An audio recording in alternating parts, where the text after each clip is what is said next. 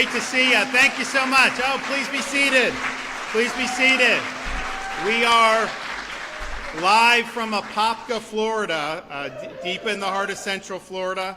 It's great to see everybody here. We've got a great cast of characters here with us today, starting with our state representative, Doug Bankson. We also have the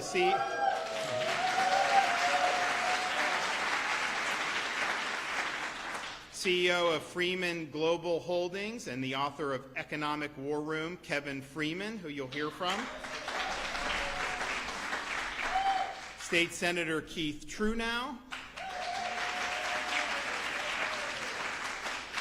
And then Representatives Booth, Yakorsky, and Tremont, and I want to thank them for being in attendance.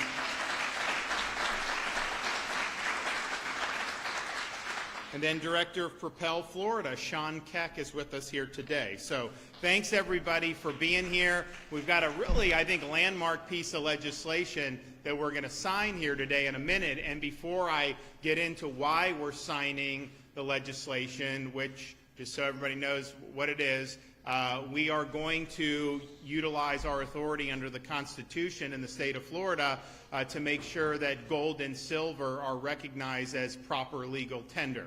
So you're going to be able to conduct transactions in gold, conduct transactions in silver, and we'll talk about why that's important. But before I get into that specifically, I do think it's important to point out how Florida, we've really led the way on protecting your economic independence and your financial sovereignty, because we've seen over the last particularly 5 or 6 years a coordinated assault on the financial freedom of people here in the United States and really throughout the world by some of the powers that be. We were the leader in the entire country in banning the use of a so-called central bank digital currency. Now, this is something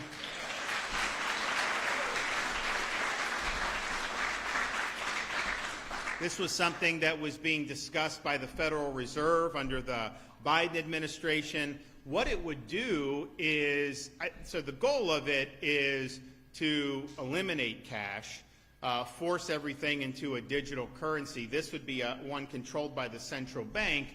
And why would they want to do that? Well, they have more agency over your financial independence if they do it. So we recognize it as a frontal assault on your economic freedom. They were thinking about maybe doing something through an administrative order.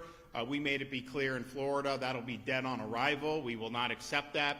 And Congress really, I think the idea is almost dead at this point because we led so forcefully against it. But why would they want to do a central bank digital currency? Well, it goes back to other things that we have fought, such as this whole ESG idea. You remember this ESG, environment, social governance. This was very popular in elite circles a few years ago.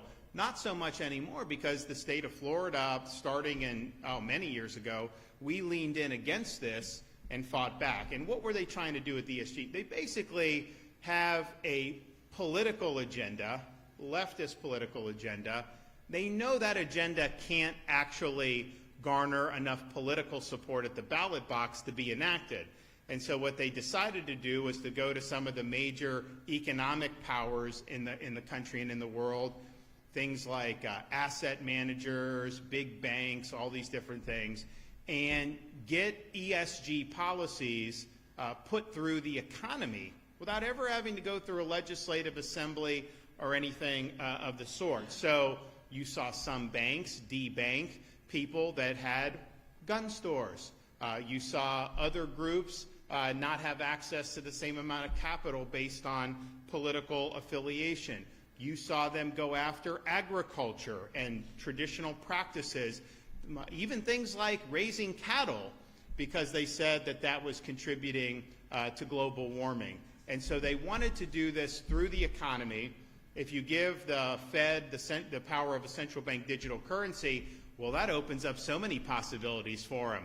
They think they monitor trends. They could say, you know, you've already bought enough ammunition this week. You don't get we're not going to process anymore. You bought firearms. You did this. You did that. You did a lot of gas for your truck. You did too much. And so it was a way for them to impose limits on what you could purchase. That's the goal of this.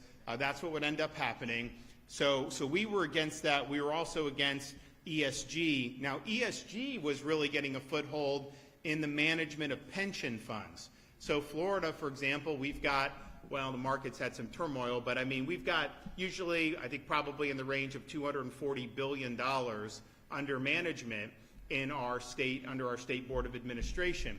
What they wanted to do, and they would have the asset managers would impose these ESG policies so they wouldn't invest in companies who the ESG ideology deemed problematic. That is displacing what's best for the beneficiaries financially in favor of this ideological agenda. So we were the first state in the country to ban ESG from use in our pension funds. We moved...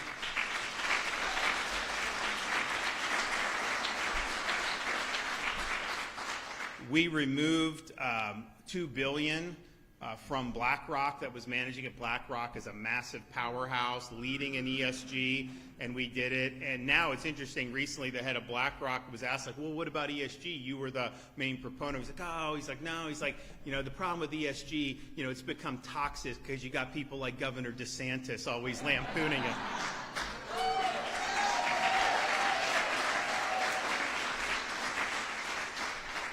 But the bottom line is, it was an attempt, whether it's CDBC, whether it's ESG, to use the levers of the economy to control your behavior, to try to change society in ways that they could never get support through the normal political process to do. And we really are happy that we led the fight against all of those things. And so when you're looking at things like gold and silver, the same people that push those bad policies, they would not want you doing things like gold and silver because this gives you more independence. You won't need to be wedded to a fiat currency, and it really is very much in step with what we've been talking about in Florida for many years. So you have that movement to kneecap your financial independence that is being done through the economy. But then you also just have the specter of a Congress and a federal government that has been incapable of controlling the amount of money it's borrowing, printing, and spending. And this has been happening for many, many years. When I was, I guess I was probably in college, the turn of the century, the year 2000, the state of Florida's, or the national debt was about $5.6 trillion. So we ratified the Constitution in the late 1780s. George Washington took office in 1789, and so if you count from there till 2000, they racked up $5.6 trillion in debt. They fought a civil war, they fought 2 world wars, they had a Great Depression, they had a lot of stuff. Since the year 2000, we've gone from $5.6 trillion to almost $37 trillion in 25 years. And the trajectory now is for, in 10 years, us to be about $56 trillion in debt. We saw what happened during the financial crisis when they printed a lot of money, and they said it was emergency, QE, and then they just kept doing it for the next decade. And then COVID hit, and they did the same thing. And so this is the Federal Reserve making your money less valuable. This is Congress with its borrowing and spending. And, you know, people will talk about, like, you know, taxes and this. Inflation is a tax. When your money becomes less valuable, that's no different an outcome than if Congress were to simply just directly tax you. It's less transparent, it's more indirect, but it's having the same exact impact. And so when they do deficit spending of $2 trillion, and they say, well, you know, we don't want to raise taxes. And I'm not arguing for that either. I'm arguing for lowering spending. But just understand, that $2 trillion deficit is a tax on you. It works its way through the economy. There's no free lunch, and that's what ends up happening. And it's a little frustrating. You know, Elon Musk went into this Doge effort. He was getting lampooned. I mean, like, they're firebombing his Tesla dealerships. Media smearing him relentlessly. His businesses suffered, all this stuff, because he basically said, look, we can't keep doing this, and we need to moderate and reduce the amount of money that the federal government is spending. And yet, we have a Republican Congress, and to this day, we're in the end of May, past Memorial Day, and not 1 cent in DOGE cuts have been implemented by the Congress. That's one of the reasons why we need a balanced budget amendment to the U.S. Constitution.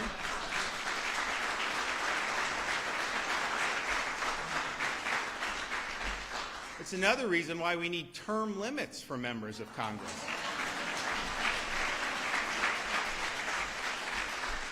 But I think what you've seen with how, and I kind of said this early on, that DOGE and Elon were on a collision course with the swamp. And the question is, what would happen? And I don't think there's any question that DOGE fought the swamp, and so far the swamp has won. And that's just unfortunate, but I don't think you can look at this any other way. So this is hardwired into how the people in Washington are borrowing and spending your money. But it has huge implications for the viability of our economy, our country, and everything going forward. And, you know, don't tell me it can't be done. When I became governor, so if you look at, Florida's been a state for 180 years, if you look at all the debt that's been accumulated over our entire history of statehood, just since I've been governor, we've paid off 41% of it. And we're doing more every day. So that's not adding to debt, that's reducing debt.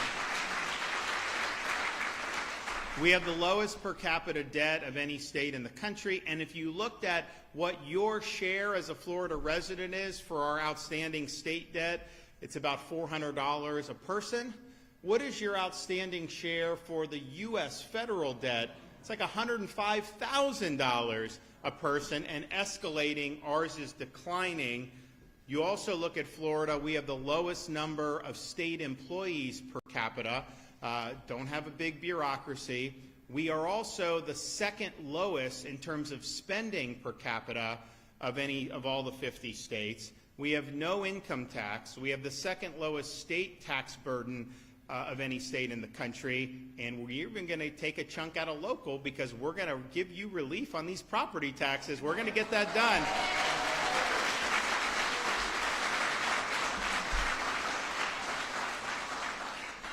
And yet, even though we have reduced debt, run big surpluses, cut a lot of taxes, I think we've cut $7 or $8 billion since I've been governor, we've also done really big things.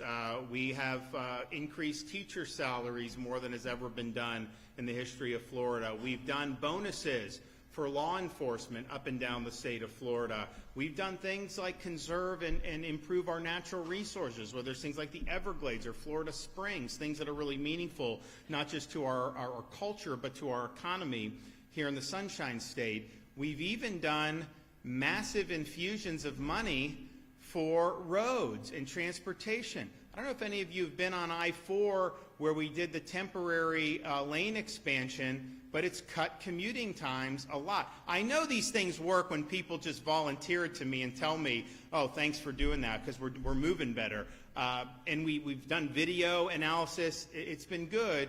And we have flooded part of our surplus into these projects because the state's growing and we need to make sure we get ahead of it. So on issue after issue, we're delivering really big things, but doing it within the context of a budget that is shedding debt for the state, that's cutting taxes for our people, and that is one of, if not the smallest footprints of any place in the country. So it can be done. Now, I don't think it is going to get done in Washington unless there's structural reform, like a balanced budget amendment, like term limits. I think the culture in Congress is very much ingrained, and I just don't see a massive difference in behavior from election to election. Who knows? Maybe we'll be surprised over the next few months. I would love to see that, but I don't think we've seen many signs of it now. So we have to assume that the borrowing, printing, and spending is likely to continue, at least for the short term. So the bill I'm going to sign today is legislation that is going to allow Florida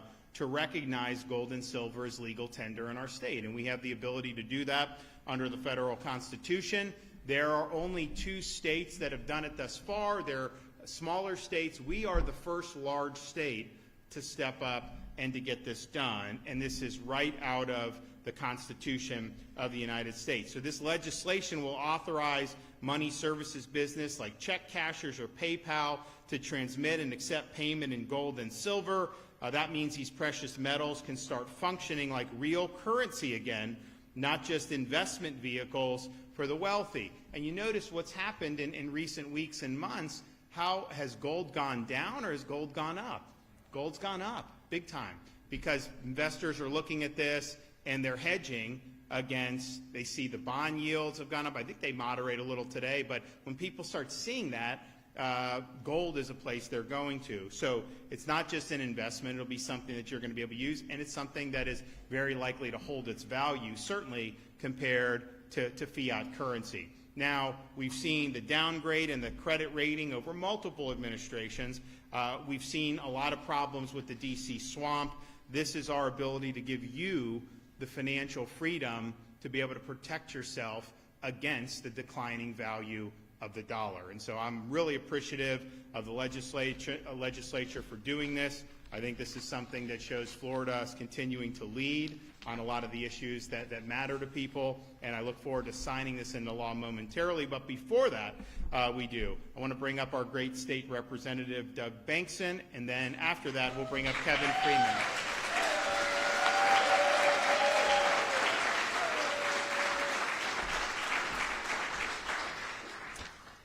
Thank you, Governor. Wow, aren't you thankful to live in the state of Florida?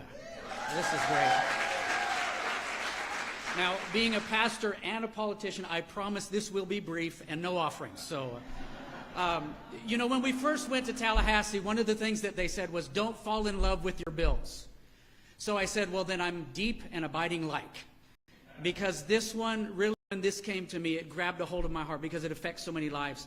For over 190 years, gold and silver backed our currency. It was our money. However, in 1971, President Nixon removed the dollar from the gold standard. Since then, we've seen over a 90% decrease in its buying power. One of the illustrations that I've used with people and used in committee and with different representatives, if you bought a home in 1979, the average cost was $75,000. Those were the days. If you bought that same home, that same product now, it would be $531,000. However, if you had bought that in gold in 1979, it would have been 268 ounces. Today, if you bought that home, 268 ounces. Why? Because it's a tangible thing that has true value. And again, as the governor referred, we have a fiat money that has nothing behind it because in 2023, the oil dollars went away, the deal that Nixon had made. So fortunately, our founders, they guaranteed each state the constitutional right to declare gold and silver as legal tender, giving it the same capacity as the dollar to be used as currency or cash. I love the fact, and this wasn't anything that I did, but this was called House Bill 999. I thought that was very fitting. But this basically, it does four key things. Number one, it enacts the state's constitutional right to declare gold and silver as legal tender. You know, it was the states that formed the federal government, not the other way around. And I love the fact that our states are stepping up and strong leadership stepping back up and saying, no, Washington, you work for us. Number two, it establishes...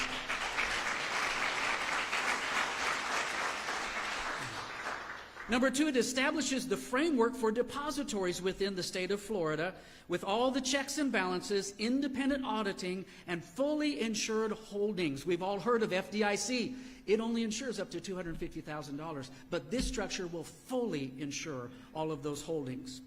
Number three, it enables gold and silver as a standard weight and purity to be accessed by electronic transaction or a debit card, making it a truly functional currency. And finally, number four, it ensures the right between willing parties to transact legally with gold and silver. So simply put, it brings opportunity without obligation, fiscal stability and security, relief to the taxpayer. Can I get an amen?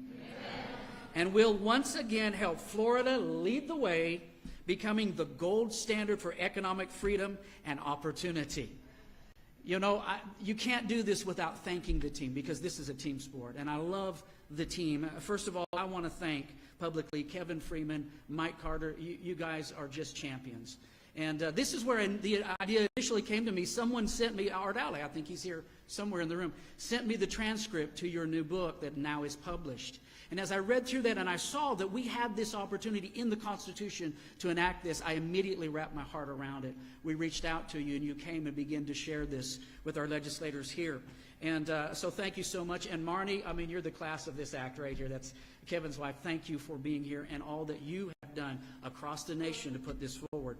Senator Rodriguez, she's not able to be here. I believe her aide is.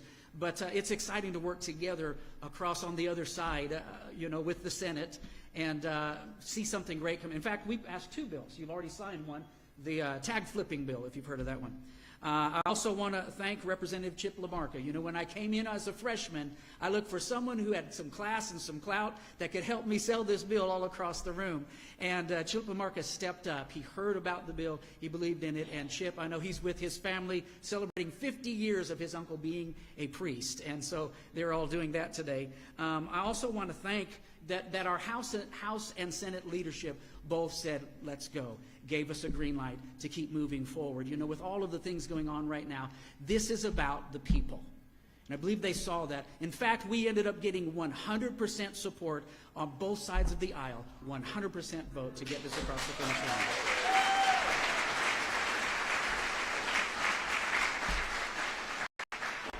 Now, this doesn't happen without staff, and I'm going to embarrass somebody real good because my legislative aide, Nicole Kennedy,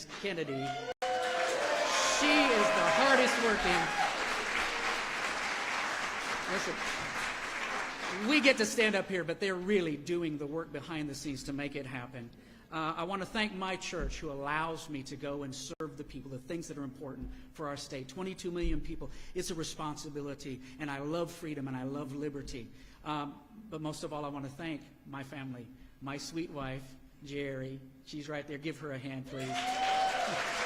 I'm nothing without that woman right there. My father's here, sons, different ones of the family, my sister back there, and brother-in-law. It takes your family supporting you in this. You know, if you're not ready for the slings and the arrows, you need to do something else. But the bottom line, what we fight for is worth the fight. There is a cause worth fighting for, and you have to do what's right. And, of course, I want to thank our wonderful governor. Aren't you thankful for this man?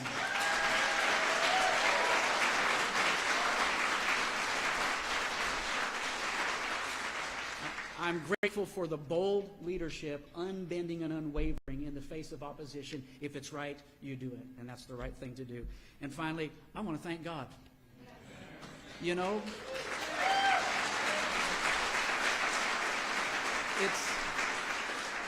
it's easy for politicians to use God bless America as a punchline.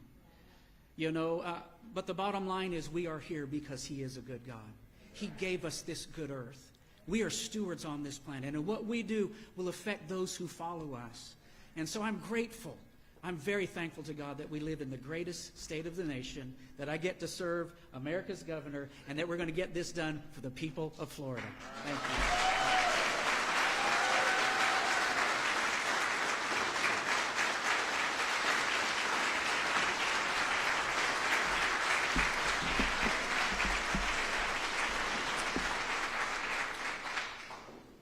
Well, good afternoon, and thank you, Governor, and thank you, Representative Bankson. It's an honor to be here in the free state of Florida for HB 999, a new law that can truly bless real people.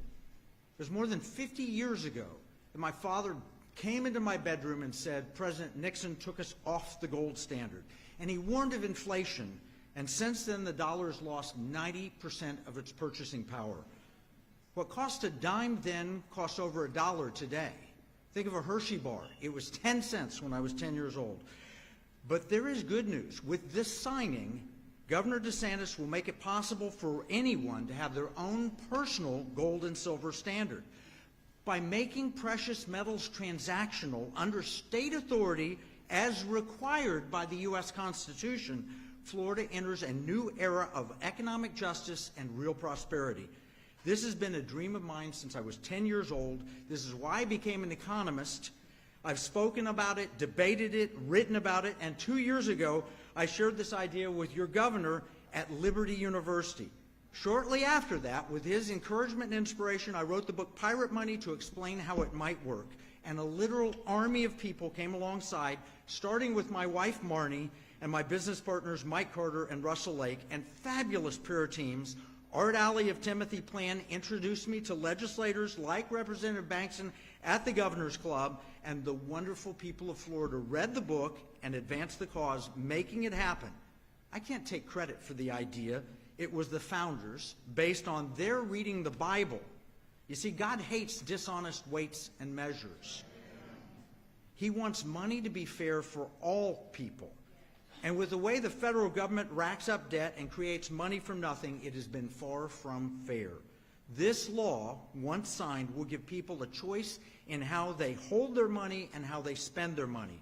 It's going to open amazing doors for Florida, and it'll provide security for all Americans. Arkansas and Missouri have passed similar legislation, and the Texas Senate is voting today, with Louisiana and Ohio and others possible. But this legislation is groundbreaking, it's comprehensive, and it's powerful. Every state can make gold and silver legal tender, and with modern technology, you can spend it with a debit card, allowing for use for everyday transactions. Governor DeSantis, you're a true leader, and this legislation is groundbreaking. This is patriot. It's a patriot money movement that may answer the question, what's in your wallet? For me, and many of you Floridians, we can now say gold and silver. This is pirate money. Congratulations. All right. Arg! Hey, you guys want to come?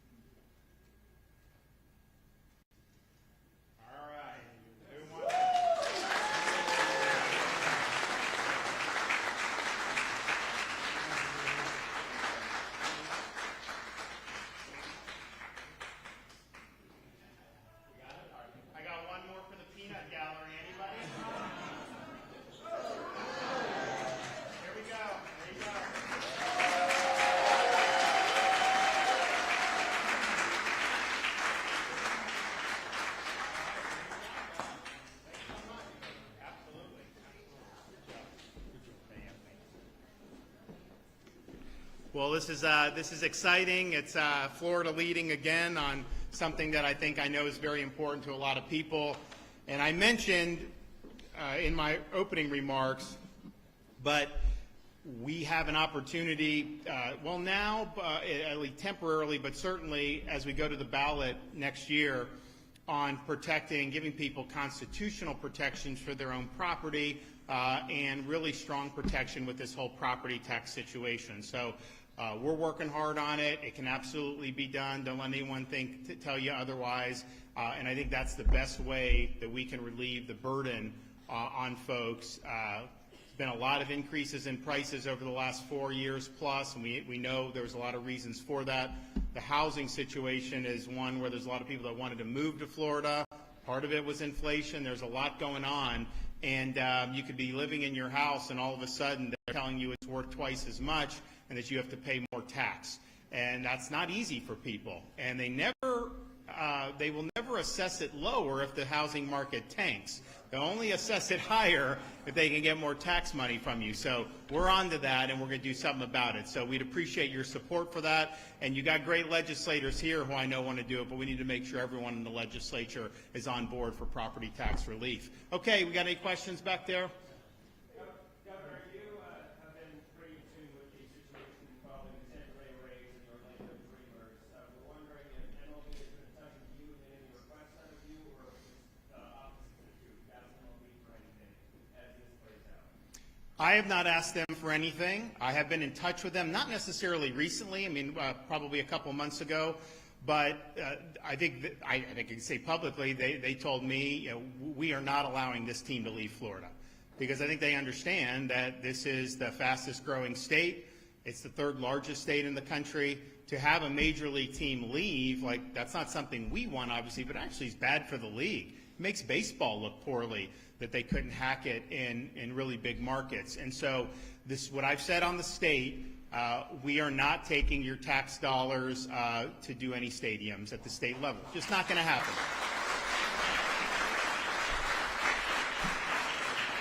Now, having said that, there are things that is appropriate for the state to do. For example, if someone buys the team and they want to build a nice new stadium, they can work with whatever local city and county if they want. But we help with like roads and exits and some stuff like that. But that's the proper role of government. So I think we'll be helpful within the confines of what's appropriate for taxpayers to be doing, but it will not involve at our level giving money for the construction of a stadium. Now, the Rays do need a new stadium. I think everybody understands that. I know that the current owner is basically not got a path forward in Pinellas County.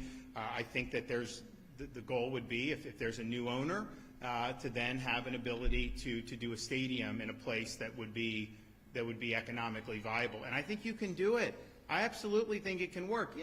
We've now become the hockey capital of the world in the state of Florida. I mean, it's incredible. So you got the Panthers, they're lighting it up. I think they're up, 3-1, or they're up in that series big. The Lightning have had a great run. But what's happened is, as someone that grew up in the Tampa Bay area, there were probably 10 times more baseball fans than hockey fans when I was a kid. And yet, those hockey games do very well because, one, I think they had an owner that leaned in and really wanted to make this part of the community. Two, it was in an area where there's other things to do, so it was kind of like the place to be. And people would want to go. Even if they weren't huge hockey fans, people liked it. I think you can absolutely do that with baseball. Look what Atlanta did with this battery that they have around the stadium. People go because there's like bars and restaurants and shops and stuff like that, and they've really made it an experience for folks. And so that, I think, is the goal. So I don't know what's going to happen. I've been being told for years that the Rays were likely to be sold soon, and it hasn't really happened. Maybe we're getting closer to that now. But I'm confident that the team's not going to leave Florida. Obviously, the Tampa Bay area has had it for a long time. And I've told people, I'm not saying, it should be in St. Pete, Tampa, Orlando, or any of that. My job as governor is just, if I can be helpful to keep it in Florida, then I'm going to do that. Governor. I did an article on this issue for the Epic Times, and one concern that I got from talking to a lot of people is that the IRS still likes to tax these fictional gains on gold or silver. Can you speak to how states deal with the Trump administration to try to remove that issue? Yeah, well, one, this makes sure there's no sales tax in Florida on it, which I think is important. And I think this is in keeping with a lot of what the Trump administration's policies have been. They've embraced things like Bitcoin, for example, which is also a hedge against the fiat currency. So I don't think it would be something that would be out of character for where they've already gone. And I think as more states do this, I think they likely will be in a position where they probably want to act. So I feel good that we could probably get the feds to clear the way on this under current arrangements. Governor, higher education, we want to talk about. What's the next step in the state to make it fractional, transactional, and so on, as Kevin mentioned? Do you want to address that? So basically, Doug, you want to come and talk about the bill. We have to do a regulatory rule on this, and so that'll be done. And then these guys in the House and Senate have to approve that, which they will likely do, next January. And so we're looking at this being live no later than July 1st of 2026. But there will be some things that go into that. Yeah, you basically hit it there. Bottom line is we gave within the bill the guidelines for Office of Finance Regulation.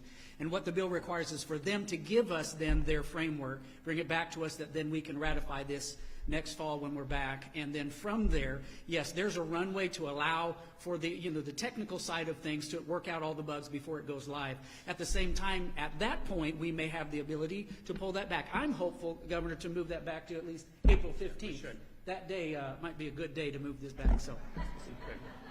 Governor, higher education, it's controversial at the national level. We're hearing about Harvard. People here very concerned about our educational institutions here in Florida. You're hearing controversy about UF. We want to hear your thoughts on what's happening here with the situation with higher education in Florida. Well, I can say we are #1 in the nation 8 years in a row in public university system. That's what you want to be. We've done a lot of things that have been path-breaking, and now I think you're seeing the Trump administration really lean in. And there have been articles, Wall Street Journal, I think a month or two ago, and then even the New York Times saying, you know, if you want to see the direction, look to Florida and look what we've done. And the New York Times is kind of like pointing out these things, like, and they're trying to say how bad it is, and like our voters are like, yes, thank you for doing that. But some of the things we did is one, we just laid down a marker. The goal of our university system is education, not indoctrination. We are not going to go down the road of a Columbia University or some of these places which their whole academic programs have really been corrupted by ideology. We were the first state in the nation to eliminate DE&I from our public university system. We did that years ago. We did that a couple years ago, and when we did it, that was like going into the teeth of the monster, because like every elite institution, not just higher ed, corporate America, government, federal government, they were all for this, and obviously I think people have seen it for what it is. So we really led, but in 2023, for us to do that, that was, we were standing alone at the time. Now the winds have shifted, and we've got the wind at our back on that. We've also recognized that universities, public universities, need to serve the interests of the people of the state of Florida. It's not just they have a right to just do whatever they want, and these faculty can do whatever they want and then get money from the taxpayer without any accountability. That doesn't work. If you want to start your own private university and do that, that's fine.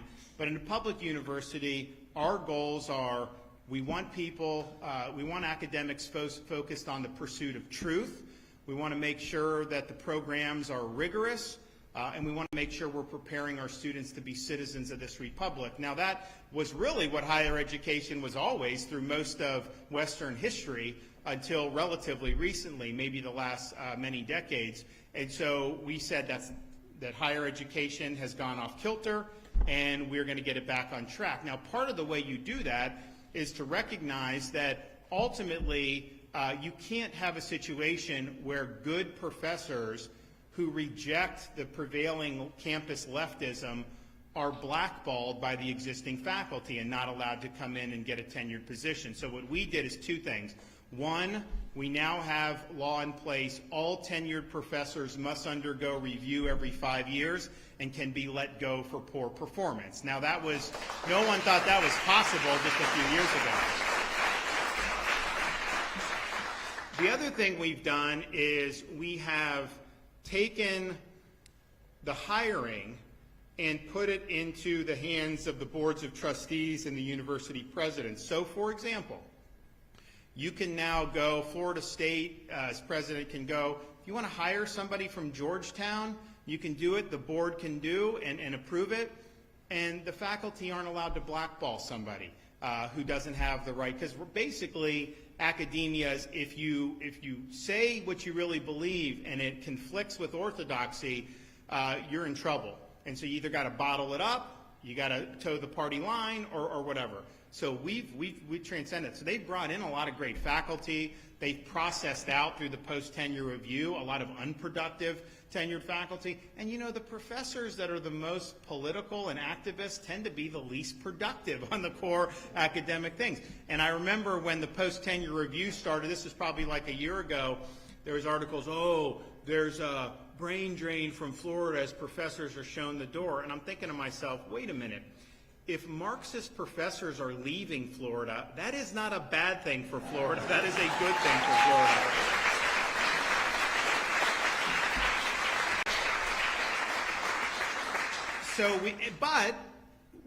So we've done major reforms. We have very clear expectations.